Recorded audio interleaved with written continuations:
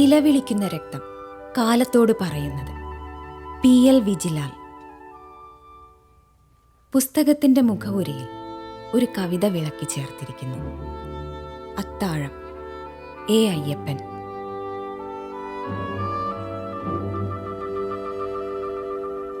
അപകടത്തിൽപ്പെട്ടു മരിച്ച വഴിയാത്രക്കാരന്റെ ചോരയിൽ ചവിട്ടി ആൾക്കൂട്ടം നിൽക്കി. മരിച്ചവന്റെ പോക്കറ്റിൽ നിന്നും പറന്ന 5 രൂപയിലായിരുന്നു എൻ്റെ കണ്ണ്. ഞാനുണ്ടായിട്ടും താലിയറുത്ത കെട്ടിയോൾ, എൻ്റെ കുട്ടികൾ വിശപ്പെന്ന നോക്കുകുത്തികൾ. ഇന്നത്തെ അത്താഴം ഇതുകൊണ്ടാവാം. ഈ രാത്രി അത്താഴത്തിൻ്റെ രുചിയോടെ ഉറങ്ങുന്ന എൻ്റെ മക്കൾ, അരവയറോടെ അച്ചിയും ഞാനും. മരിച്ചവന്റെ പോസ്റ്റ്മോർട്ടമോ ശവദാഹമോ കഴിഞ്ഞിരിക്കും. അടയുന്ന കൺപോളകളോടെ ഓർക്കുവാൻ ശ്രമിക്കുന്നു ചോരയിൽ ചവിട്ടി നിൽക്കുന്ന ആൾക്കൂട്ടം. ജീവിച്ചിരിക്കുന്നവർക്ക് വായ്ക്കരി തന്നിട്ട് മരിച്ചവൻ. ജീവിതം ശാന്തമായി ഒഴുകുന്നൊരു നദിയല്ല,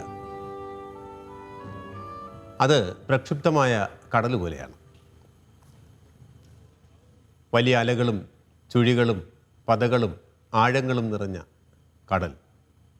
എന്നാൽ ആ കടലിൽ 2 തിരകൾക്കിടയിൽ ഒരു ശാന്തതയുണ്ട്. ജീവിതത്തിലും അത്തരം ശാന്തതകൾ നമ്മൾ അനുഭവപ്പെടുന്നുണ്ട്.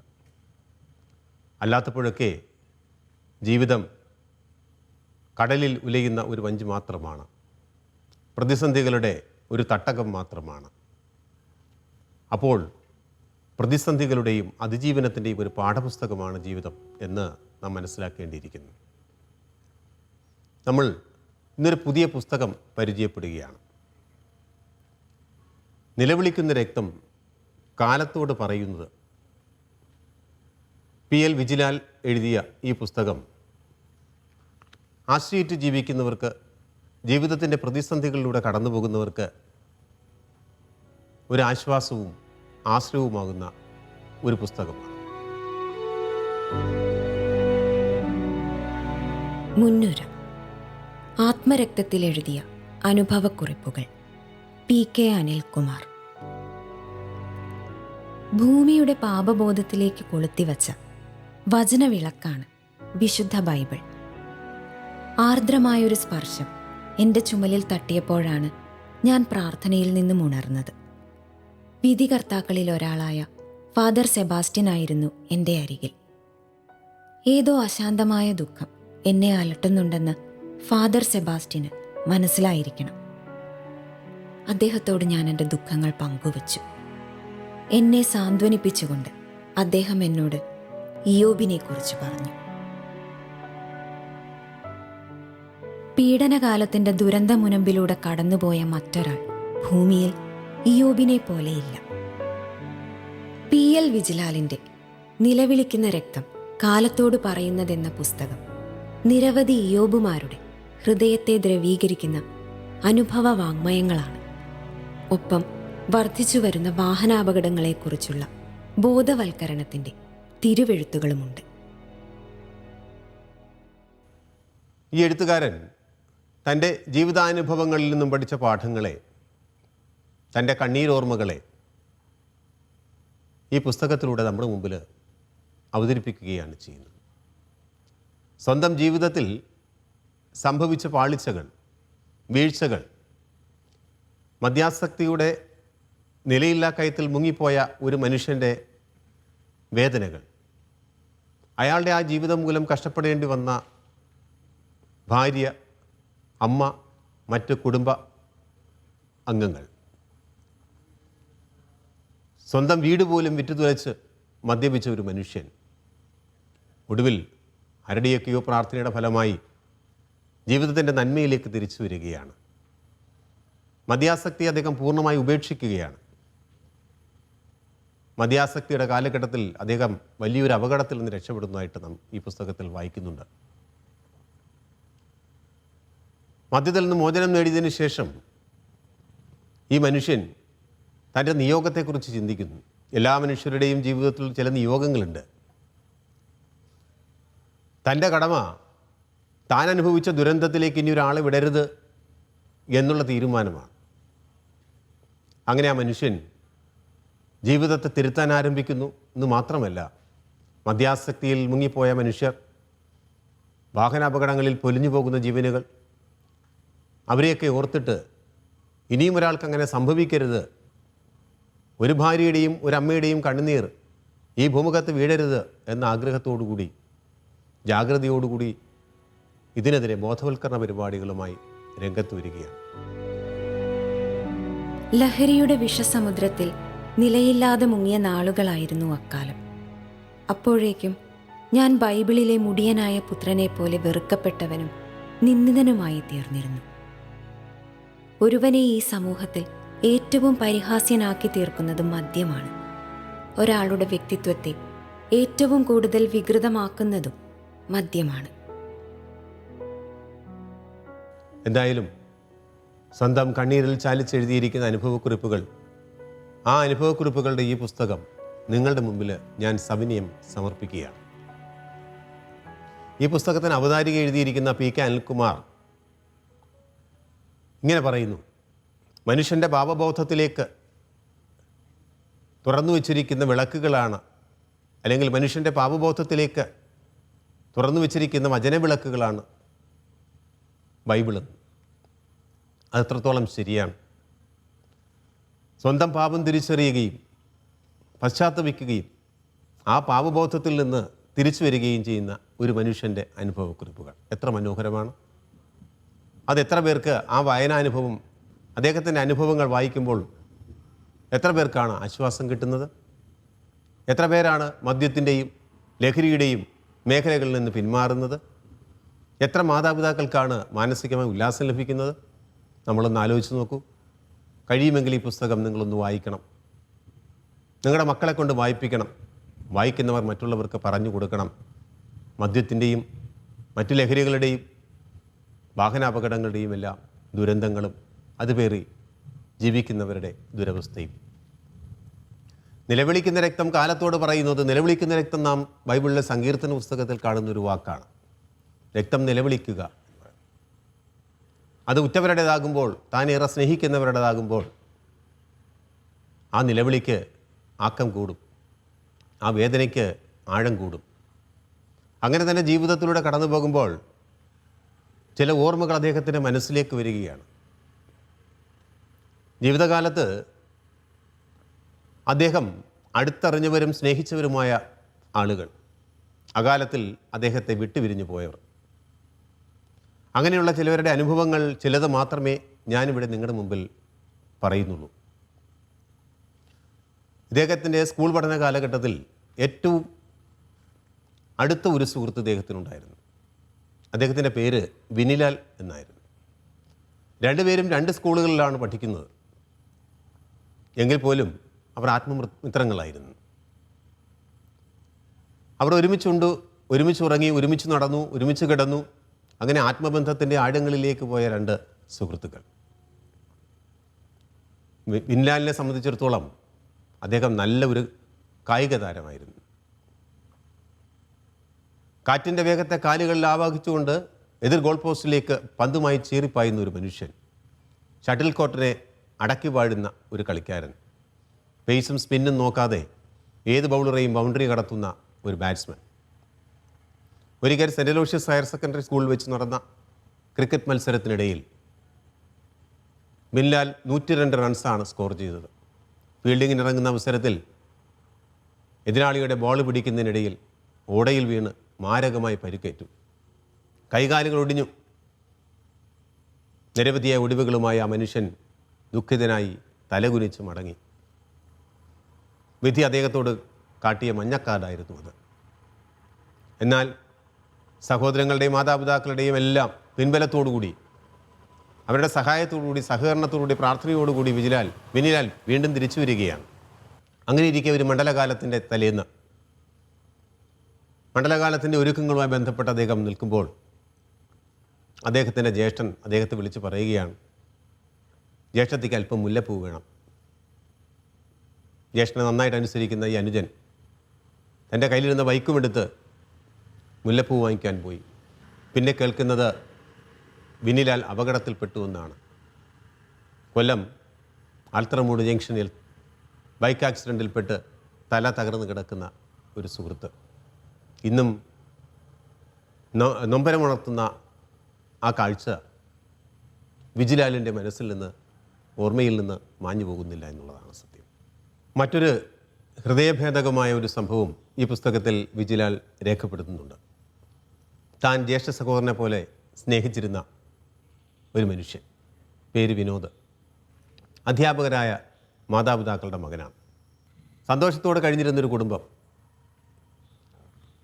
വിജിലാലും വിനോദേട്ടനും വളരെ നല്ല സുഹൃത്തുക്കളായിരുന്നു. ക്രിസ്മസ് കാലത്ത് ആ വീട്ടിൽ പോയി ധാരാളം ഭക്ഷണം കഴിക്കുന്നതിൻ്റെ രുചി ഇത് എഴുതുമ്പോഴും വിജിലാലിൻ്റെ ഉള്ളിലുണ്ട്. വിനോദ് പഠിച്ച് DGP ഓഫീസിൽ ക്ലർക്കായി. ഒരു ദിവസം ജോലി കഴിഞ്ഞ് അദ്ദേഹം മടങ്ങി വരുന്ന വഴി ഭാര്യയ്ക്ക് ഇഷ്ടപ്പെട്ട ബിരിയാണി വാങ്ങി. അദ്ദേഹം പ്രേമിച്ചാണ് വിവാഹം കഴിച്ചത്. ഭാര്യയുടെ പേര് ഹെലൻ. അഞ്ജലി എന്നും ആനി എന്നും 2 മക്കളുണ്ട്. സന്തോഷവും സുന്ദരവുമായ ഒരു ജീവിതമാണ് അവർ നയിച്ചുകൊണ്ടിരിക്കുന്നത്. അങ്ങനെയുള്ള ഒരു സന്ധ്യയിൽ ഭാര്യയ്ക്ക് ഇഷ്ടപ്പെട്ട ബിരിയാണിയുമായി വരുന്ന വിനോദ്, 2 ബസ്സുകൾ തമ്മിൽ തർക്കം. അദ്ദേഹം സഞ്ചരിക്കുന്ന വാഹനവും എതിരെ വരുന്ന വാഹനവും തമ്മിൽ, ഡ്രൈവർമാർ തമ്മിൽ വഴക്കായി. വഴക്കിനിടയിൽ കാര്യമെന്തെന്നറിയാൻ വേണ്ടി ഈ മനുഷ്യൻ തല പുറത്തേക്കിട്ടു. അപ്പോൾ സംഭവിച്ചത് വലിയൊരു ദുരന്തമാണ്. എതിർഭാഗത്തു നിന്ന് വന്ന വാഹനം പെട്ടെന്ന് മുന്നോട്ടെടുക്കുകയും വിനോദിൻ്റെ തല തകർക്കുകയും ചെയ്തു. തൻ്റെ ഭർത്താവ് വിനോദ് ഇപ്പോഴും തൻ്റെ കൂടെയുണ്ടെന്ന് ഹെലൻ വിചാരിക്കുന്നു. ആ നക്ഷത്ര കുഞ്ഞുങ്ങളുമായി അവളിപ്പോഴും ജീവിക്കുന്നു. പക്ഷേ ഈ ദാരുണമായ അന്ത്യം, ദാരുണമായ മരണം, ഒരു ജ്യേഷ്ഠൻ്റെ വേർപാട് വിജിലാലിൻ്റെ മനസ്സിനെ ഇപ്പോഴും നൊമ്പരപ്പെടുത്തുന്നുണ്ട്. മറ്റൊരു സംഭവം എന്ന് പറയുന്നത് സ്വന്തം അളിയനെ സംബന്ധിച്ചാണ്. മദ്യാസക്തിയിൽ മുങ്ങിക്കിടക്കുന്ന വിജിലാലിൻ്റെ പ്രവർത്തനം കൊണ്ട് കുടുംബത്തിലുള്ള എല്ലാവരും അവരുടെ ശത്രുക്കളായി മാറുകയാണ്. സ്വന്തം അളിയൻ പോലും സംസാരിക്കുന്നില്ല. വിജിലാല് കിട്ടുന്ന പണമെല്ലാം മുടിക്കുകയാണ്. സ്വന്തമായിട്ടുണ്ടായിരുന്ന വീട് പോലും വിറ്റ് മദ്യപിക്കുക. വീട്ടുകാരുടെയും ഭാര്യയുടെയും പ്രാർത്ഥനയുടെ ഫലമായിട്ടായിരിക്കാം അദ്ദേഹം മദ്യത്തിൽ നിന്ന് മുക്തനായ കാര്യം നമ്മൾ പറഞ്ഞു. മുക്തനായതിനു ശേഷം ഒരു ദിവസം അദ്ദേഹത്തിനൊരു കോള് വന്നു. അപ്പോൾ പേര് സേവ് ചെയ്തിട്ടില്ലാത്ത ഒരു നമ്പറിൽ നിന്നാണ്. അപ്പോൾ എതിർഭാഗത്ത് ഹലോ വയ്ക്കുമ്പോൾ എതിർഭാഗത്ത് പറയുന്നു, അളിയ ഞാനാണ്, ആശിഷാണ്. ഇത് കേട്ടപ്പോൾ വിജിലാലിന് സന്തോഷമുണ്ടായി. ദീർഘനാളുകൾക്ക് ശേഷമാണ് ആ സ്വരം കേൾക്കുന്നത്. തന്നോട് ഒത്തുപോകാൻ അദ്ദേഹം തയ്യാറായിരിക്കുന്നു. സന്തോഷം. ആശിഷ് പറഞ്ഞു, അളിയനെ എനിക്കൊന്ന് കാണണം. അപ്പോൾ ഇദ്ദേഹം കൊല്ലം ആര്യങ്കാവ് ചെക്ക് പോസ്റ്റിൽ ജോലി ചെയ്യുകയാണ്. അപ്പോൾ അളിയനെ കാണണം എന്ന ആഗ്രഹം പറഞ്ഞപ്പോൾ ശരി അളിയ, നമുക്ക് ആര്യങ്കാവിൽ കാണാം എന്ന് ഉറപ്പ് കൊടുത്തു.